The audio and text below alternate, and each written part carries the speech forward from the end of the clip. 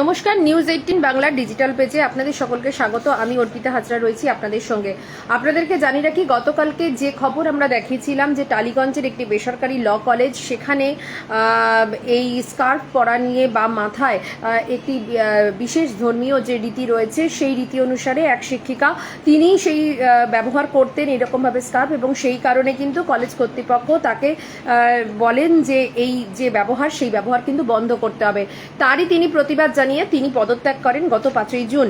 এরপরে গতকালকে আমরা দেখিয়েছিলাম যে সেখানে কলেজ কর্তৃপক্ষ সঞ্জিতা কাদের, সেই শিক্ষিকার নাম, অ্যাসিস্ট্যান্ট প্রফেসর, তিনি তার সঙ্গে দফায় দফায় বৈঠক করেন এবং হুমায়ুন কবিরও ছিলেন সেখানে। বৈঠকের যে নির্যাস, সেখানে তারা বলেন যে ঠিক আছে, পুনরায় আজকে থেকে তিনি কিন্তু জয়েন করতে পারবেন, কিন্তু সেখানে ওড়নাকে স্কার্ফ হিসেবে ব্যবহার করতে হবে, এমনটাই কিন্তু উল্লেখ করেন বৈঠকে।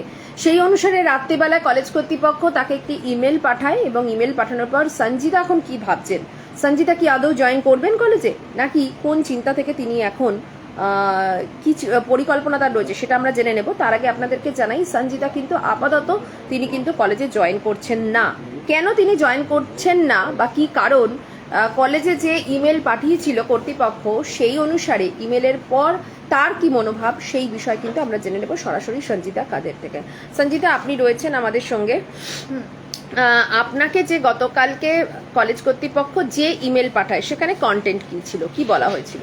সেখানের কন্টেন্ট ছিল যে আমি আজ থেকে ওনাদের যেটা ফ্যাকাল্টিদের জন্য বর্তমান dress code plus time to time ওরা যা ড্রেস কোড সেট করবে সেটা মান্য করে আমি আজ থেকে ওনাদের ওখানে রিজিউম করতে পারি, এবং ক্লাসে যাওয়ার সময় আমি আমার ওড়নাটাকে বা দুপাট্টাটাকে অ্যাজ হেড স্কার্ফ ইউজ করতে পারি। তো আপনি তার রিপ্লাই কি দিয়েছেন? আমি রিপ্লাই দিয়েছি যে আমি ওনাদের এই প্রস্তাবটাতে একটু চিন্তা ভাবনা করছি, এবং চিন্তা ভাবনা করে আমি জয়েন করব কি করব না, আমি একটু 7 দিনের জন্য সময় চেয়েছি, এবং 7 দিন পরে আমি জানাবো যে আমি এই অফারটা নিলাম, মানে অ্যাকসেপ্ট করছি কি করছি না। তার মানে আজকে আপনি কলেজে জয়েন করছেন না? আজকে আমি কলেজ জয়েন করছি।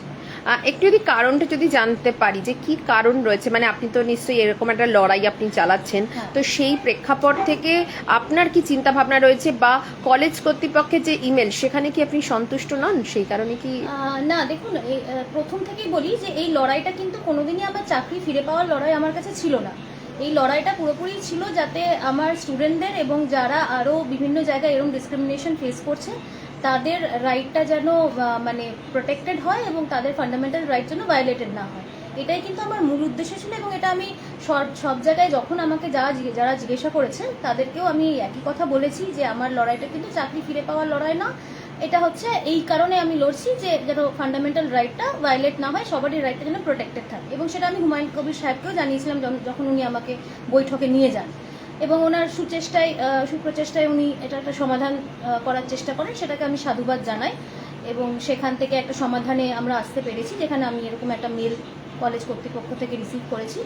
কিন্তু এখন যে ভাবনা চিন্তাটা সেটা শুধুমাত্র এটাই হচ্ছে যে আমি এই এবং সেটা হচ্ছে আমার মানে কি বলবো, একটা ব্যক্তি স্বাধীনতা থেকে, যে প্রত্যেকটি ব্যক্তির তো এটা একটা স্বাধীনতা আছে যে সে চুজ করতে পারে যে সে কোথায় কাজ করবে কোথায় করবে না, কোন অর্গানাইজেশনে থাকবে কোন অর্গানাইজেশনে থাকবে না। তো এটা জাস্ট ওই ব্যক্তি স্বাধীনতা থেকেই আমি একটু ভাবনা চিন্তা করছি যে আমি আর সত্যি আবার ওখানে আবার গিয়ে জয়েন করতে চাই কিনা, নাকি, কারণ আমি এর মধ্যেই যেহেতু 30 তারিখে আমার সাথে এই ঘটনাটা ঘটে, তো তখন থেকেই আমি অনেক জায়গায় অ্যাপ্লাই করি, এবং সেখান থেকে কয়েকটা অফার আসে যেগুলো বেটার অপরচুনিটি বলে আমার মনে হচ্ছে। তো ওগুলো নিয়ে একটু কথাবার্তা চলছে, তো ওগুলোকেও আমি একটু কনসিডার করছি, এবং আমি জাস্ট ভাবছি যে এখানেই আবার জয়েন করবো নাকি একটু নতুন জায়গা। এখানে তো আমি অনেকদিনই ছিলাম, 2 বছরের উপরে প্রায় এখানে আছি, তো এবার একটু অন্য জায়গায় একটু নতুন জায়গা এক্সপ্লোর করবো কিনা এইটা নিয়ে একটু ভাবনা চিন্তা করছি বলে ওনাদের কাছে 7 দিন সময় চেয়েছি। কোথাও গিয়ে কি এই ইনসিডেন্টটা সেক্ষেত্রে একটা বড় কারণ, মানে তা নাহলে কি হঠাৎ করে আপনি এরকম? না, সেটা বলবো না, কারণ এখানে অনেকদিন ধরে আমি মানে দেখুন বেটার অপরচুনিটি আমরা চাকরিতে থাকতে থাকতে সবাই এক্সপ্লোর করি, তো সেখান থেকে কিন্তু যে বিষয়টা নিয়ে আপনি মানে পদত্যাগ করেছিলেন সেইটার কি আদৌ কোনো আপনার মন থেকে কি সেটা কোনো সমাধান সূত্র বেরিয়েছে, নাকি কোথাও গিয়ে এখনো দ্বন্দ্ব রয়েছে? না, সেইটা নিয়ে আমি আর ভাবছি না, যেহেতু কলেজ কর্তৃপক্ষের সাথে একটা বৈঠক হয়েছে এবং সেখানে আমরা দুতরফই যেহেতু ছিলাম, এবং দুতরফেরই একটা মানে কি বলবো আলোচনার মাধ্যমে যাই হোক একটা কিছু আমরা জায়গায় এসেছিলাম, এবং সেই ভিত্তিতে ওনারা আমাকে চিঠিটা দিয়েছেন। তো ওইটাকে আমি আর মানে ওই বিতর্কটাকে আমি আর এর মধ্যে টানছি না, এটা পুরোপুরি হচ্ছে আমার নিজস্ব একটা চিন্তাধারা যে আমি এখানে থাকতে চাই, মানে যেটা অন্য সময়ও হয়তো অন্য সময় যে কোনো মানুষ চিন্তা করে যে আচ্ছা আমি পুরোনো জায়গাতেই থাকবো না, নতুন এক্সপ্লোর করবো, একটু বেটার অপরচুনিটির অফার যেহেতু এখন আমি পাচ্ছি, সবসময় তো হয়তো এগুলো পাবো না, তো সেটাকে আমি গ্র্যাব করবো বেটার অপরচুনিটিটাকে, না আমি আবার পুরোনো জায়গায় থাকবো। তো এই জিনিসটা আমি একটু ভাবনা চিন্তা করে ডিসিশন নিতে চাই বলে একটু 7 দিন সময় চেয়েছি।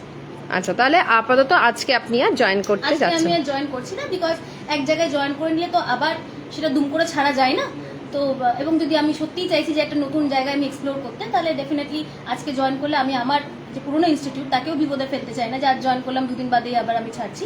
তো সেই জিনিসগুলো অ্যাভয়েড করতে, ওনাদেরও ইন্টারেস্টটাকে প্রোটেক্ট করতে এবং নিজেরও জিনিসটাকে ঠিক রাখতে আমি এই ডিসিশন নিয়েছি।